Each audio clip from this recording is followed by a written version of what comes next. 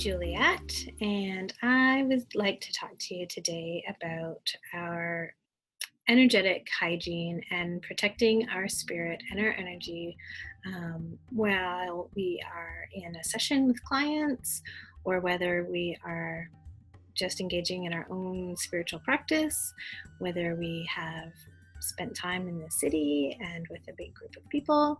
So this talk is going to include all of us, really. And I do want to say right away that if you are feeling like you're experiencing an intrusion or a possession, do seek out some direct help for that. These things that I'm going to talk about will help prevent. They're good maintenance and hygiene care, energetic hygiene. But you do want to make sure that you're really reaching out to somebody to get some direct help if you're feeling that you have been dealing with something that's a little bit more serious.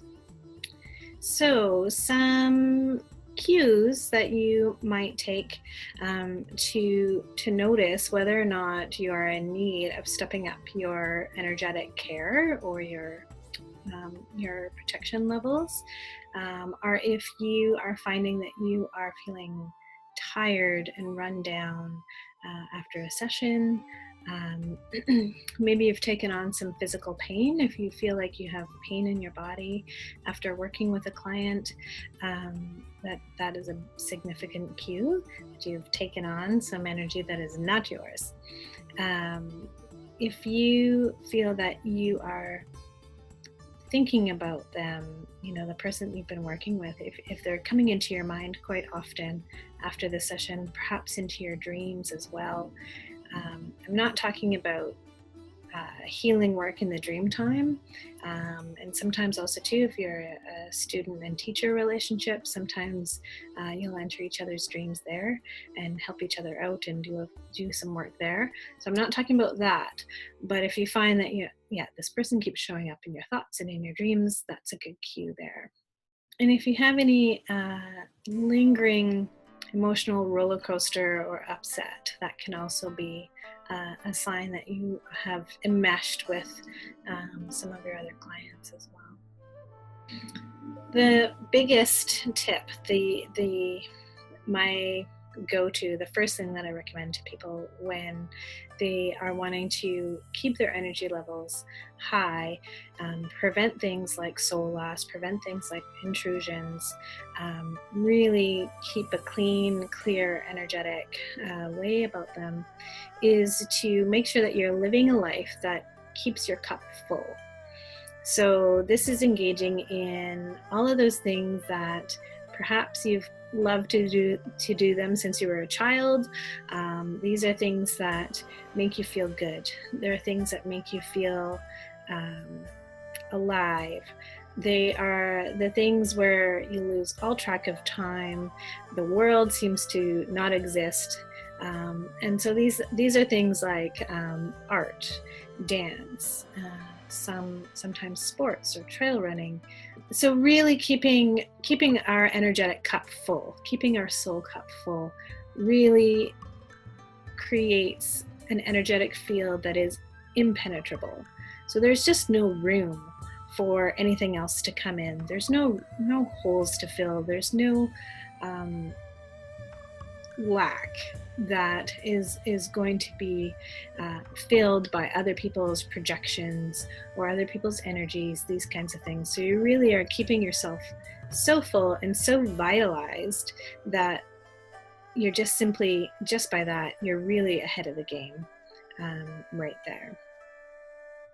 The next things that I suggest are really making sure that you have a good grounding practice. So whether that's visualizations, you can have very simple ones, you can have nice elaborate ones, you can listen to one, you can create them yourself. So these are visualizations where you are anchoring down into the earth. Maybe you're reaching up to the sky and you're filling up this way from, with spirit or from the heavens, this sort of thing, but you're really grounding and rooting. Often these themes are that you have roots like a tree that are going down into the earth, and you're bringing up some of the earth's healing energy that way.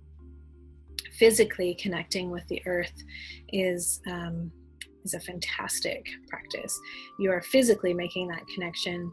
Science shows us that the earth has a healing frequency. So just naturally by us being out on the earth, whether it's sitting and having a picnic or whether you're having a little nap, these kinds of things, they really help keep us grounded and in a healthy, energetic state.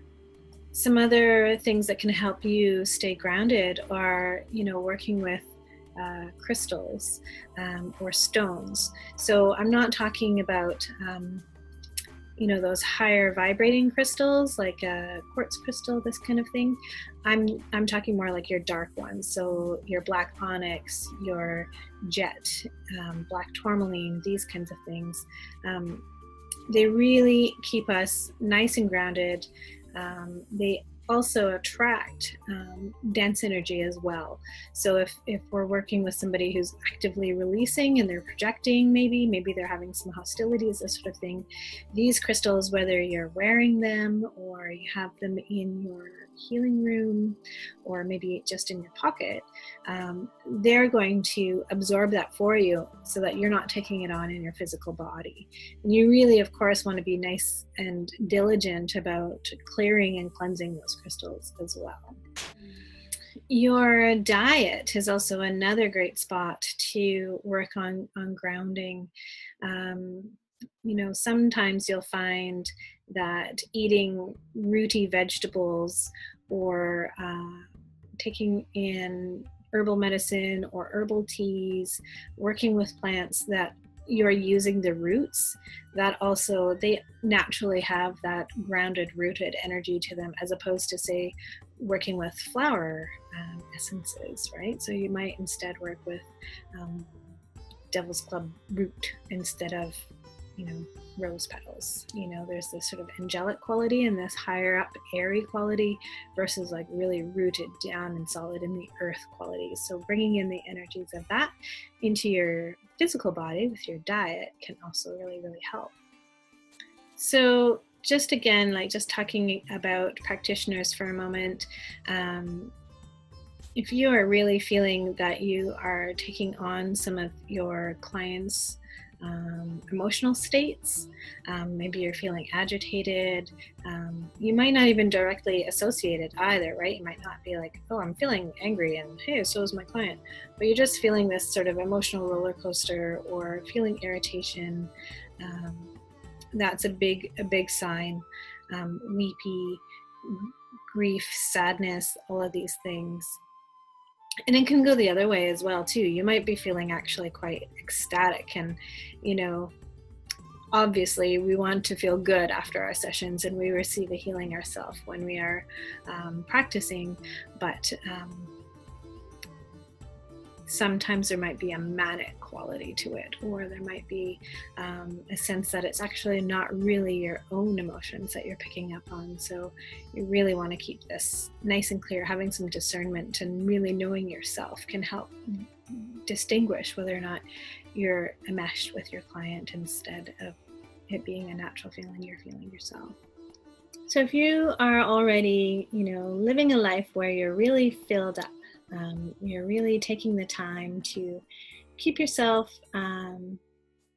well fed, keeping your soul well fed by doing things that really make you feel zesty for life and revitalized. You might find that a blessing or a prayer that you say before every session, or at the start of every day, or the start of every ceremony or gathering that you hold, having a blessing or a prayer that is protective in nature. It calls on all the supports that you work with. Usually when you say these things, you'll have a physical response to them as well. So it's not just words that you're reciting in your head. As you say each line, you're actually feeling its power, you're feeling its regulation coming into you. So having a prayer or blessing is a good idea. And you can get these, maybe you go on a shamanic journey or a meditation, or you work in the dream time to retrieve it. You might do stream of consciousness, this kind of writing, and co-create a blessing or protective prayer. You might also reach into your cultural heritage as well. Look at some of their protective practices, look at their blessings and their prayers. Maybe they have talismans or certain plants that they work with, or certain protective clothing, this kind of thing, right? So looking into your personal heritage, your cultural heritage, you might find a lot of resources there. Also, checking in with your teacher, whoever you studied with, whoever your mentor, who you work with, who you go to guidance for. So if you're finding that keeping yourself clean and clear of taking on other people's energy during your sessions, go back and ask them, say, I'm really struggling with this. And, they have the experience, they have the time put in, they know your modality, and I'm sure that they have some really great suggestions there as well. Some other common ways of working is to have mirrors, the use of mirrors, right? And this can be worn, or they can be in your medicine bundle. They might be even just energetic or spiritual mirrors that you envision. So of course, obviously mirrors have this reflective quality to them. And they also have this added bonus of, if you are encountering something that does not have good intentions and is consciously being directed at you, sometimes what they'll do is they'll see themselves and they won't like it and they'll leave. So having mirrors in your practice can be a huge help, or even just hung up in your healing room. So if you work with your own guides, your own angels, maybe even your ancestors, that perhaps have been medicine people, calling on them for some guidance and help too is a big resource. A lot of people will work with archangels like the violet flame or the blue flame. They'll call on that to clear off and burn away anything that is not supportive and beneficial. A lot of people will put up shields or envision themselves in a bubble. Those are sort of common ways of working, but sometimes people will also feel that that's creating a bit of a barrier as well. So you have to see what works for you there. One thing that can be really, really helpful is to make sure that you are drawing on an inexhaustible source. So it could be the earth. It could be, if you're a Reiki practitioner, then it's Reiki, right? That frequency, that healing frequency that's latent in the world. Another example would be the difference between drawing on your own energy. You only have so much energy. You are a finite source. So drawing on your own love, if you're feeling compassion for who you're working with and you're sending of your own heart, you're going to run out. But if you're drawing on, the unconditional love that's just inherent in the universe, or you're drawing on, spirit directly, maybe it's the moon, maybe it's the vitality of the sun, these kinds of things. So drawing on a source that is not limited, rather than your own limited source, is a huge, huge help.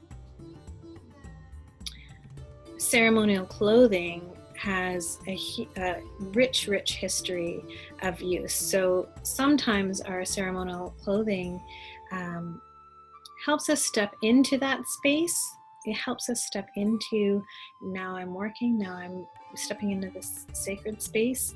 But it also can be quite imbued with symbols or talismans, this kind of thing, and really infused with a protective energy as well.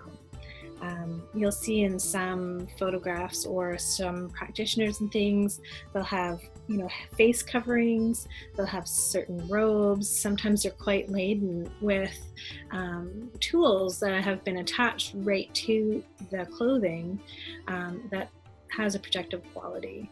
So you might look into creating yourself, maybe it's a shawl, or maybe it's a head covering, or maybe it's a medicine pouch that you wear.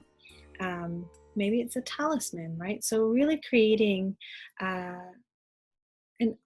ritual clothing or objects that can be worn during your sessions as well. Some things to maybe think about, if you are an energy worker or a Reiki practitioner, this kind of thing. Sometimes when I work in groups, I will see people will flick off energy. They'll, clearing it off and they're flicking it away. You really, if this is your way of working, really make sure that you're not just flicking this around into the room, that you have a bowl of salt or a bowl of water, or you've created some sort of energetic vortex or a route into the earth, this kind of thing, that this energy can be directed to, where it's going to transform and transmute into something that's more beneficial. But if your habit is to just like cleanse and clear and flick away your energy, you really want to make sure that you become more mindful about that and have a place for it to go, because otherwise it's just hanging around in the room. Other people can walk in, you can walk in and be picking it up later. Also, when we're tired or sick, these are times where we're more susceptible to picking up on other people's energy, their projections. So maybe if they're upset and they're venting, sometimes people will point and things like that.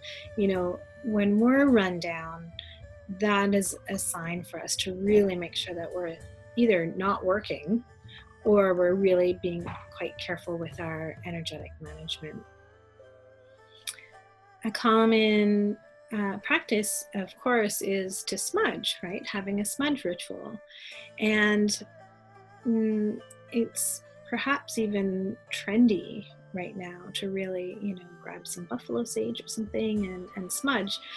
And one of the things that really goes with that, really, when you make this a practice that you're going to rely on for cleansing and clearing, is to really make sure that your relationship with the plant spirits that you're using, or if you're having like a wing or a feather, the spirit of that bird as well, that your relationship is good and solid and strong, and that you are trusting that they are coming forward to help you in this cleansing and clearing process. So it's one thing just to go to the store and go buy a sage bundle and, I'm just going to burn this and then everything's going to be fine. There's some truth to that, but when you really have an intimate relationship with the spirits that you are working with, because you're asking them for help, you're really ideally in a state of gratitude and trust and thanking them for doing this great work of cleansing and clearing for you. You're not doing it, they are. And so you really want to make sure that you have a practice of gratitude and giving back as well. Working with your breath is also another really wonderful support to draw on. So when you're breathing in, making sure you're breathing in from your unlimited sources, and when you're breathing out, you are either channeling to your client or grounding that energy. So being really mindful with your breath during your work can also help just keep that energy moving and flowing and not stuck in your body. And you might find too that the guides that you work with have the answers ready and waiting for you, and they're just waiting for you to ask. So taking the time, journey, meditate, ask your guides that you work with, thank them for showing you how you can keep yourself more protected and energetically clean and clear, so that you are feeling at the end of every session, you're feeling revitalized, you're feeling healthy, you're feeling happy and inspired, you know? Yeah, I hope that some of the things in this little chat of mine have given you some new insights or new ideas to try out, some new thoughts around this. Hopefully you're able to really step up your energetic care practice. And yeah, blessings on your practice.